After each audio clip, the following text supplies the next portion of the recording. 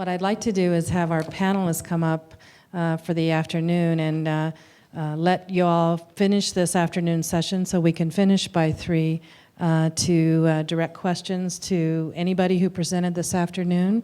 So those panelists include Dr. Heaton, who presented yesterday on her amazing work with music intervention in children with autism.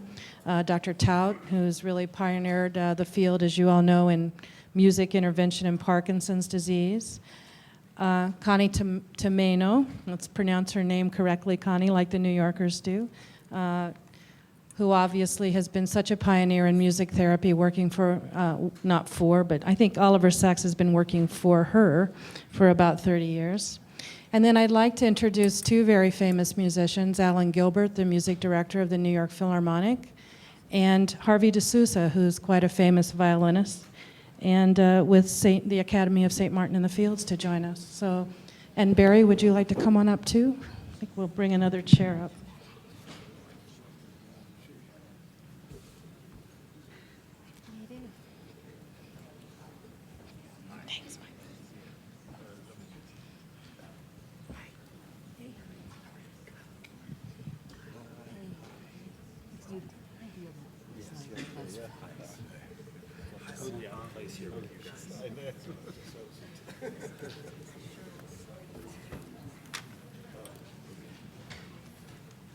So thank you all for being here this afternoon, and I think what we'll do is start again by having our panel just talk about some of their reactions, and I think it's probably reasonable to open this up to anything they want to say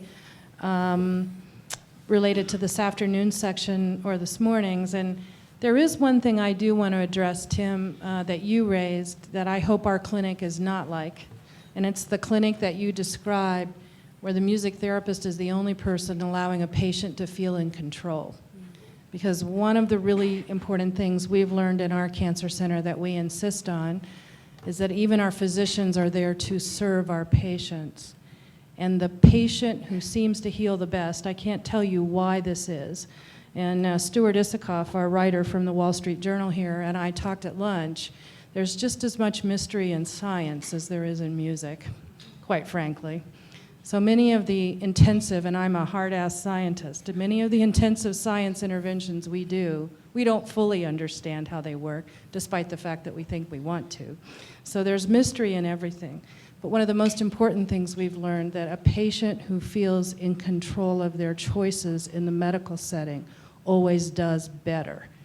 Better doesn't mean that they're going to live or die. I'm not in control of that. But their path is more beautiful because of that feeling of empowerment.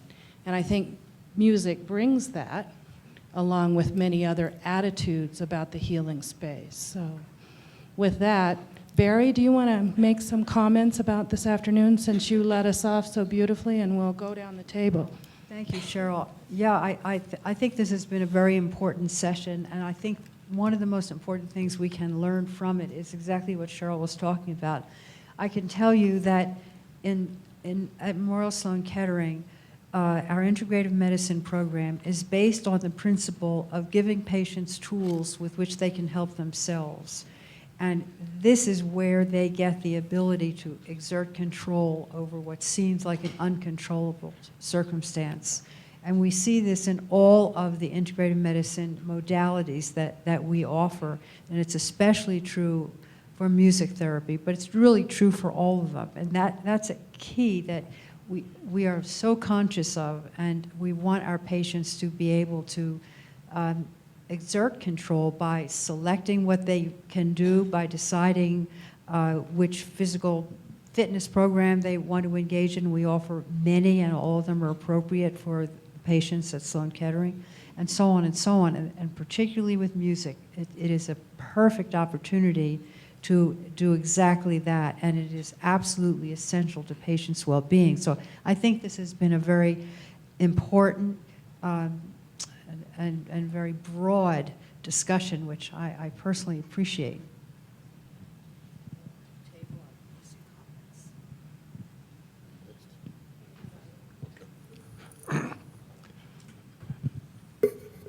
First of all, I want to thank the 3 presenters for terrific presentations. Very moving. I'm not an expert in this field of music, in this particular field of music therapy, but I think the images that we saw this afternoon are very moving, and it's very clear how important the presence of the music therapist and music therapist for the patients. That's, I think, needs very little further explanation beyond what we saw. And so I think this is a very excellent work, very helpful work in a very, very difficult environment. And so I just have greatest respect for this, what I saw. I'm probably unusual in that I've got absolutely, well, no experience whatsoever of working in a clinical setting. So a lot of what I heard today was really quite astonishing to me. There were some sort of highlights. I was first of all quite taken by the idea that this connection between well-being and music is something that the ancients knew about. And it seems to me that this was lost at some point, and right now there is this rapid regaining of this kind of knowledge about how useful music can be in all sorts of ways. Seeing the presentations, what struck me most was about the scope of the approaches. They're very, very wide, environmental music right through to very interpersonal kinds of interventions, even down to Timothy's approach, which was that I would only see a patient once, but I can produce a flyer that will then enable them to take over, using music. And I was quite struck by how incredibly well researched the flyer was. I'm sure the patient would feel very, very enthusiastic and very comforted by the fact that it was really based on very sound and well-tried research. I thought was really excellent. I think that the thing that impressed me most was the scope of the kind of problems that seemed to be able to be addressed. So from pain relief, anxiety, and in some cases it was helping people overcome things. In others, it seemed to be building on the strengths of the person. So the first person in the case studies we saw was a lady who had pretty good coping strategies. So in that case, it was building on enabling her to access those again. And then finally, the sort of main theme for me was the way that people become very depersonalized in these kind of situations, that they seem to lose their personhood. And it seemed, in the case studies, very much that this was reversed. So the professor became a professor again, rather than, a helpless person. And the very angry man became a father, and the lady who was a signer became a signer again. So they they seem to sort of find their centre again somehow in that situation. So it was quite extraordinary, I thought. Pam, I really want to second what you just said that I thought was so beautiful, is they rediscovered their personhood. But again, I think being in that setting where you're so depersonalized as a patient, that personhood came back about because they felt in control. Don't you think? Mm-hmm. And I also loved the example, where is Holly, of your professor, yes, who was what he needed to do was to cry, right? Mm-hmm. He wanted music that was melancholic, not just music that made him feel better, because it helped him release what he needed to do, which was his own grief over dying. And I think one of the hardest things about the oncology setting and music, and I get hit over the head with this every day, is many of our patients do die, right? And we have to support them in active dying. That's very different than some of the other music therapeutic interventional settings. And I think that's a particular challenge that actually is very hard on the physician and therapist, because we're actually part of an active dying process that you still could make beautiful through music. And sometimes our patients don't want to be happy because they are not happy, nor are their family members. So how do you enter a situation like that with music in that context where there's just tremendous grief? And sometimes the choice, as you so beautifully demonstrated, is something indeed that's suitable to that setting, that kind of melancholia, allows the grief to be shared. It's kind of a different way, I think, that music isn't always about being light. So I really appreciate that comment. And Alan, with that, Arnold Steinhardt talked this morning about his personal experience of being in the Sierra Nevadas on 9/11 and feeling just like his feet were no longer on earth. And the only way he could bring himself down is he had a practice violin in the tent, so he sat by a stream and played Bach. And it was the only way he could even sort of reorient. And through your work with the New York Philharmonic and the amazing things you've done with 9/11, you kind of brought healing to that whole city. That's quite a beautiful thing many of us watch from a distance. So thank you for being here, and we'd love to hear your comments. It's a great honor and a thrill to be here, and I'm not going to lie to you, I feel rather out of place, partly because I haven't been following the sessions. I've been rehearsing, and we just showed up a few minutes ago, and here we are suddenly on stage, expected to say something that you might find interesting or edifying. So don't get your hopes up, okay? No, I'm fascinated by this whole subject, and I think it is an enormous subject. I guess, obviously, I implicitly and completely believe in the power of music to make connections and to enrich people and heal people. I guess that's sort of what makes all of us musicians tick. It's been amazing. A couple of experiences I've had years ago when I was conducting a small orchestra in New Jersey. We had an outreach program, and we worked with kids who had a whole range of disabilities, and there was one session in which we had a string quartet from the orchestra playing, and I was showing the patients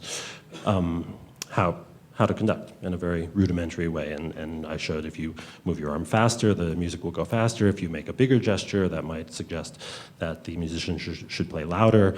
And I gave the kids the chance to try it out. Actually, I handed them a baton, and there were volunteers, and one kid came up and started tentatively conducting, and then got more and more into it, and finally was completely abandoned and going really crazy.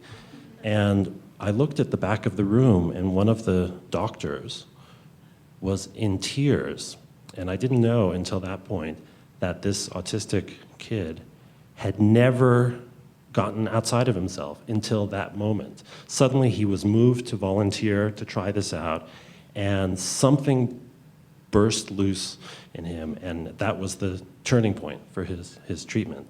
And it was kind of a miracle, and I'm convinced that it was the power of the music and the connection and the possibility of actually actively making something happen with the music that just triggered this unbelievable moment for this kid. But what I don't know, what I'm fascinated by, is why this is. When I'm learning music myself, this is completely unscientific, but my sense is that a different set of processes goes into motion when I'm learning music. And I'm wondering, and maybe this is a question that probably many of you are well equipped to answer, what is it about the cognitive process that is different with music from, say, other things we do, like reading a book even, or writing a shopping list, or whatever. It seems to me that there's a different way that the brain works, both for a musician, but also for people who listen to music and who are on the receiving end of it. And my guess, again, completely unscientifically, is that there is something about this different way that music is processed in the brain that allows this kind of special connection to happen. And that's I guess I'm throwing this out for the consideration of, I've read Oliver Sacks's books, which I know you're responsible for to a great great degree. But this is really interesting to me, and so if anybody can shed light on this, I would be very excited. Harvey, can you shed light on this? Hello. Like Alan, I'm incredibly honored to be here, and likewise feel incredibly out of place. But when Mark mentioned to me last year about the symposium, I was terribly excited because my introduction to, I suppose, music therapy happened in my very young, early years. I remember 1979, the first time, studying in England. One of the things we used to do at the Menuhin School, we used to go and play concerts in hospices. And I remember at one of these hospices, walking into a room with a friend of mine, we had sort of put together a little, cobbled together a little sort of book of 14 of the Bartók string quartets that we were going to play for the patients. And we were ushered into this room, and I remember, of course, as a young 14-year-old being absolutely horrified by this sight, because there was this patient who suffered from probably the worst, at least to my naive eyes, the worst and most aggressive form of degenerative motor neuron disease. And he was uncontrollable in the bed. And of course, as two youngsters, we were very embarrassed, which is the first reaction one has. But the doctors and the nurses sort of pushed us in a corner. We set up our stands, took out our instruments, and started playing. And within about a minute, this gentleman who could not control his movements slowly calmed down. And this is Bartók string quartets. We hear about Mozart and the effect of Mozart, but this was Bartók, and it was quite, aggressive music and beautiful music as well. But this gentleman absolutely calmed down and was so still that the doctors rushed to the side of his bed because they thought he had passed away. And we were, the two of us playing, we were wondering whether we should stop. We had no idea. And the nurse encouraged us to continue. And we continued. And at the end of it, within about a minute, he started shaking again. And that was the first experience I had personally on the power of music on the mind. And I was fascinated by this. And later on, just actually fairly recently, in the last few years, I've been quite involved in music for autism in the UK. And that has been an extraordinary experience every time playing for children and their reactions to it. Some of them incredibly violent, some of them incredibly serene. But I'd just like to say that for me, what Alan was just saying about the cognitive process of music, what is it? There's something very personal and has to do with my family. My father, who's in his late 90s, and of course his memory has failed drastically, but every day the only thing he remembers is he takes out his violin and he plays the same tunes he learned when he was in his 30s, when he started the violin. And that for me is something extraordinary, because to have that capacity somewhere, these connections are made in the brain that it allows him to take his violin and play the same tunes that he can hear. He can't remember names, he can't remember, a lot of other things, a lot of practical things. And like Alan, I would be fascinated to know why this happens, how this happens, and it's something quite extraordinary. But it is, I hope I get a chance to attend more of these things, because I'm really fascinated by this. So, thank you. So Connie, can you answer their question? Well, what we've learned, at least what we're learning from the scientific community, is that music informs so many aspects of brain function. And because of that, somebody who's lost one skill, to some degree, can have a preserved skill, with music. So it's just really, the scientists who study this in the back, but it's a really dynamic, type thing. I think what I'd like to respond to are the sessions this afternoon, because it showed so clearly how important personalized intervention is, and how music in the moment, a lot of the clinical stuff that we saw, how music in the moment really taps into that sense of self that I was referring to too, and how manipulating that music in real time has a way of engaging somebody's personhood and to really be healing, whether that's to transition somebody to die with dignity, or to uplift them, to feel like they're empowered and in control, like they was so beautifully done. And Barry, I want to thank you for being so supportive of music therapy and really speaking out for that as well, and for your great staff and their presentations. Good. I know there's somebody who can answer Alan, your question much better than I can, because it is a different cognitive process.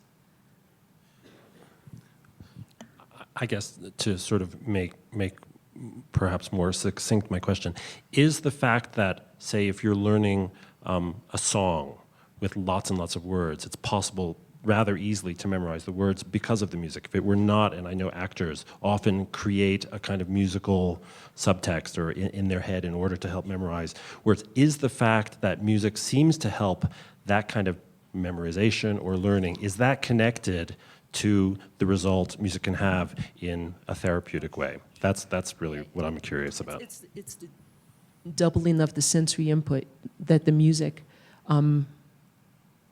because of the I'm sorry, I'm really tired. That when you have two sensory inputs, that they reinforce each other.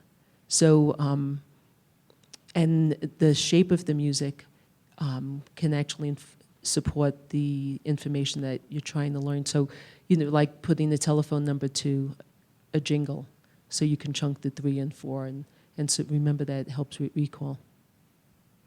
Alan, we've But talked these- a lot. Dr. Zatori Zatori may could want to talk about that, answer. right? We've talked a lot through the sessions. Isabel would be fantastic. She's talked a lot. This is Isabel Peretz from the Brahms Center in Montreal. Sorry, yeah, you didn't have the opportunity to listen to the talks yesterday, I suppose, because this is the topic I addressed. I'm sorry to say, it doesn't help much memory, but it's much more fun to sing than to just speak and repeat the words. But the fact that music, in fact, is not really a very effective means to memorize lyrics. When you use unless you really know the music, it's highly familiar that you don't need to learn it. Then, it will have some impact, but I believe it's more emotional than really cognitive.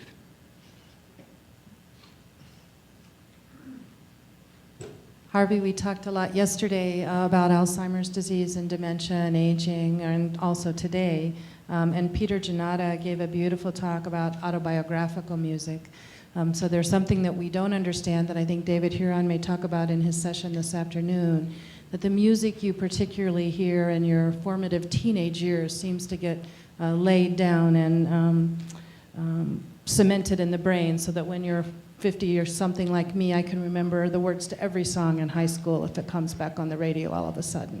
So what is that about? Why does the brain do that? And we've talked a lot about how individualized that is, that in that frontal motor cortex, there's this integration of memory and emotion and music, and it's quite a powerful thing. And that can be recalled. Connie showed some beautiful examples this morning of Alzheimer's patients who, through music, can go back and activate memories and become much more interactive. Pamela showed beautiful work about autistic children being able to be interactive through music, but not other sort of means of stimuli. So the two of you may want to talk about that a little bit more.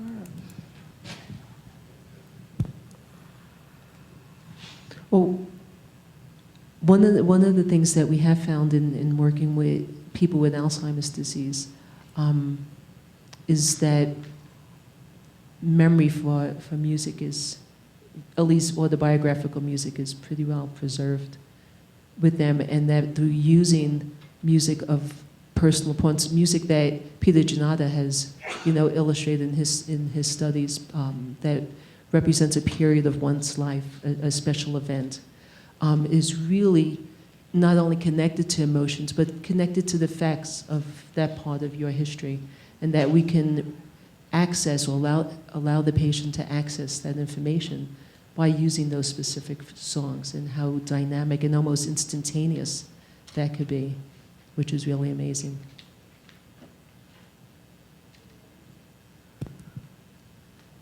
Thank you. Well, this afternoon has been a great thrill to be with my dear colleagues and to have the afternoon led off by Dr. CASSILETH. You have been such a leader in integrative medicine and in enabling music therapy to be a critical part of the team of treatments in integrative medicine. And as the gentleman was asking about protocols, I'm reminded of the research with the bone marrow transplant unit, where there was a brilliant music therapy protocol that was quite successful.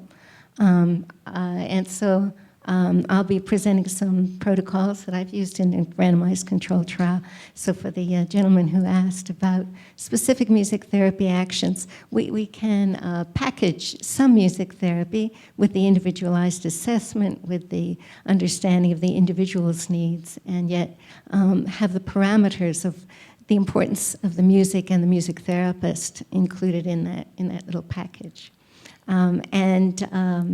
Ms. Menser, your very moving session was a reminder that music therapy is so powerful. It's not only the catharsis that you demonstrated in just that little clip, but can lead to insight-oriented nonverbal psychotherapy, that it's an opening for much deeper work, especially for those who are ready for that at a particular time in their lives. And I'm also reminded that, as you informed us, the trauma of dealing with the diagnosis of cancer, dealing with the invasive treatments, dealing with the fear of loss of life, of loss of livelihood, loss of quality of life, these are things that we don't want to just give someone a pill. Music therapists are not there to take away that pain, to take away that grief. That's not the goal of music therapy, but rather we can give them a way to really express and really acknowledge that pain, therefore working through it. So I thank you for that. And also that beautiful Native American flute, which you also use, Mr. Ingold, and I do myself. And just to bridge something this morning from Dr. Chumali's work, when we take that Native American flute, and I don't know how many wind players there might be in the audience, any wind players? As you take that deep breath in and then an extended, slow exhalation, you are activating the parasympathetic part of the autonomic nervous system.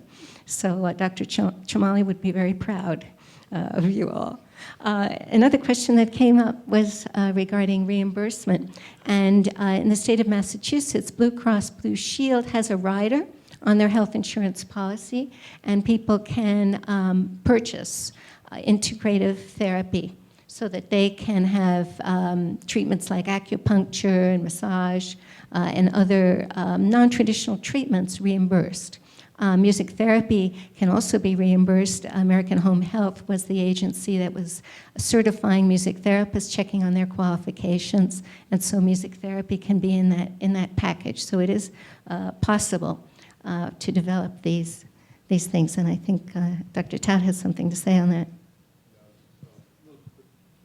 Just to add to that, we did several years, my faculty did several years ago, quite a bit of research into reimbursement because it became very relevant for the NMT certification.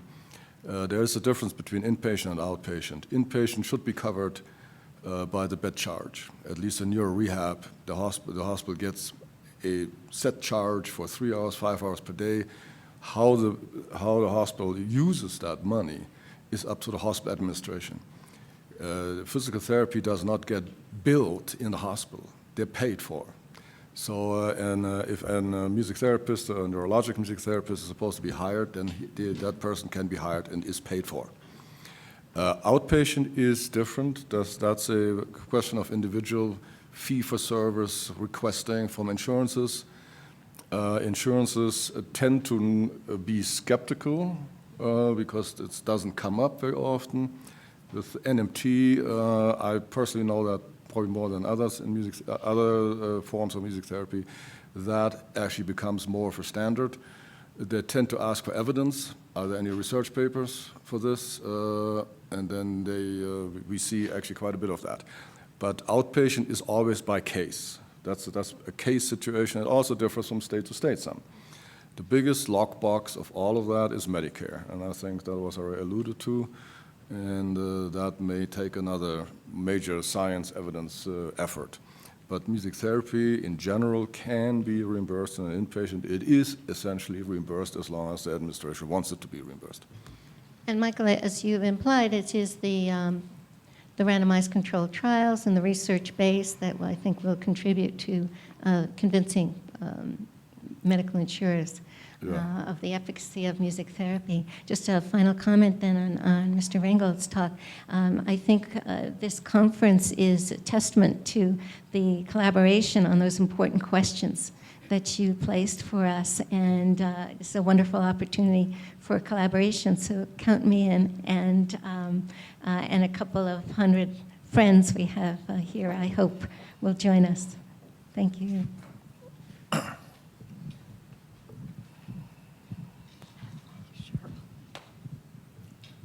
If I may, I'd like to get back to Alan's question with something very brief. The question was something along the lines of, is music therapy different from, or how does it differ from other mental processes such as reading and whatnot? I don't know that the neurophysicists or neuroscientists here have studied this importantly, but it's been my impression from what I've read and the little bit I know that music comes from a very different place, from a much more primitive, pre-language area of the brain. And I think that's very important because that's one of the reasons it crosses cultures and it has such an effect across people and across time. And we talked a little bit yesterday about the development of humans. I think that music came along with the earliest development of human beings in culture, in each individual culture. And that is one of the reasons that music is so intrinsic to all humans in every culture. And I would love to see more research in this area. I have not seen a lot of it. Well, it's one of my favorite philosophical topics, as you probably already realized over the last 2 days. I think the evidence in early history, ever since 100,000 years ago, the modern human brain, Homo sapiens, appeared. They appeared with perfect artworks, and nothing else was developed. So there is a great, at least circumstantial evidence that the human brain developed on the artistic side in a very sophisticated way, very early on. Now, yeah, they were in caves, but there was no necessity to build statuettes that were highly abstract, but they did. They couldn't create a wheel or a primitive technology, but they built flutes with 5 holes and bores that were perfectly measured so they could create scales, and that happened 45,000 years ago. So I think I like to make the case, and I think there's some other music philosophers like to make the case, that music is a part of the language code of the brain. It's just it's a different kind of language. But as all art forms, it's a very abstract language. And I think it's very interesting that what we call the primitive human state of affairs 50 years ago produced first highly abstract thinking. If you look at statuettes of 60, 70,000 years old, they're extremely abstract. They're perfectly, that could be 21st century, except maybe the materials would be different. So we have to think about why that is. And I think, going back to Alan Gilbert's statement, if I prepare a piece of music, something happens different in my brain. As a musician, I would totally agree with that. I think I like to use the language analogy. It's a different language of thinking, abstract auditory thinking in an extremely complex way, where we actually, it's the only language code I can think of where we process streams of information horizontally and at the same time simultaneously, sequentially and simultaneously in vertical layers. So kids are natural composers. They create beautiful melodies. it's a very integrative way of thinking, highly cognitive, highly complex, also highly emotionally charged. So hot thinking and cold thinking are fused in music, if I want to say that way. And probably the most simple statement we would all agree on when we look at these images of the brain and music lights up, lights up, lights up, light up, here, there, there. The usual subjects usually tend to show up frequently. But one thing we can say is that music activates a lot of brain areas together versus, let's say, more focal speech presentation, speech processing. When we put the brain into a musical exposure and we look at brain images, one of the things I think we all agree is that the interesting thing is there is a great amount of synchronized activity in many areas and networks in the brain. You know, thinking about the cancer setting, I think there's a great experiment we could do, and I'd be curious whether these studies have been done. So we've talked a lot about music assisting children with autistic syndromes being able to be interactive, or their ability to perceive music, although they may not pick up other language or visual cues. We've talked about music in patients with dementia and Alzheimer's, but a common problem in the cancer clinic in our cancer patient survivors, particularly breast cancer patients or pediatric leukemia patients who have massive doses of chemotherapy but then are cured and have long life, is the phenomenon of chemobrain, or just being fogged out with difficulty with memory or particular analytical numeric skills. And I wonder, as we watch music intervention be so powerful in post-stroke dementia and Alzheimer's, you know, there's been a lot of functional imaging studies of chemobrain in children and women to see if we can understand what that is. But have we actually ever tried to do music intervention in those patients in controlled studies to determine if we can get better memory recovery, better brain function? Do you know of any of that work? Barry, has that been done? Mark? We need to end, I know. And we will. No, we are going to end. They need to go. No, we will. Yes, no. Not well. This is my conference. You're starting the concert later. And my concert starts Let Pam at answer. 6. Let Pam answer, and we will finish. I just wanted to say one other thing, which was really kind of quite motivated by my own research in autism and what you said, is that this idea that music's hot and cold is a lovely way of thinking about it. But it seems to me that there's something about music that creates motivation. So, like in the case of autism, there's often a reduced motivation to communicate with other people. But the motivation to engage with music is really unimpaired. And maybe in people that are very depressed or very anxious, quite depersonalized, you know, it's the warm side of music in a way that somehow it can give the fuel to someone's efforts to move forward in a way that you wouldn't find with a colder kind of domain.